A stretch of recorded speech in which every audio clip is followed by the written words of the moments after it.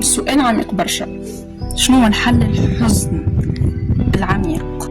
قبل ما نقولك الحل، خذها فكرة مني أنه راهو الحزن، الخوف، الضعف، المشاعر الخايبة نشوفها الناس الكل تجي للعبد الكل. يعني مهما كان العبد مرتبته في الإيمان قوية وكبيرة، يعيش الحاجات هذه ويعيش المشاعر هذه. علاش؟ على خاطرنا بشر، مش نبقاو نعيشوا على المشاعر هذه.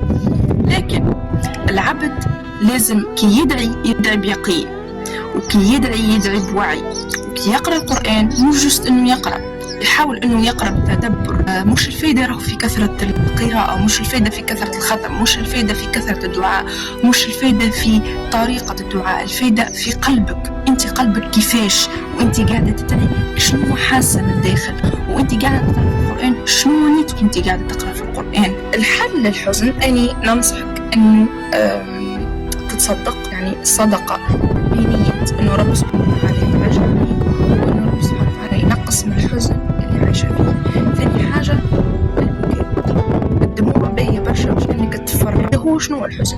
هو الحزن نتيجة لمشاعر مكبوتة، دونك الدموع مفيدة برشا باش ينقص الحزن شوي.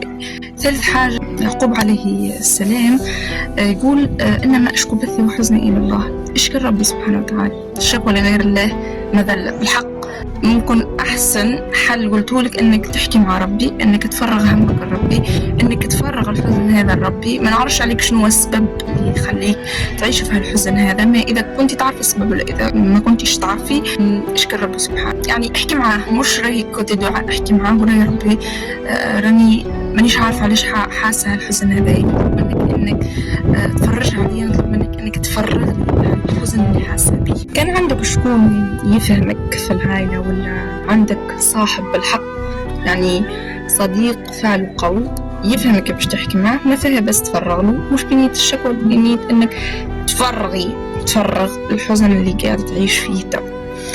الحقيقة هذا هو اللي جاني الهام من عند ربي سبحانه باش اني ننفعك به، وان شاء الله ربي يفرج عليك، وان شاء الله ربي يخرجك ما احسن. خاطر ديما راهو العبد كي يعيش حاجه خايبه اكيد ربي حاجه احسن من حاجه اخرى.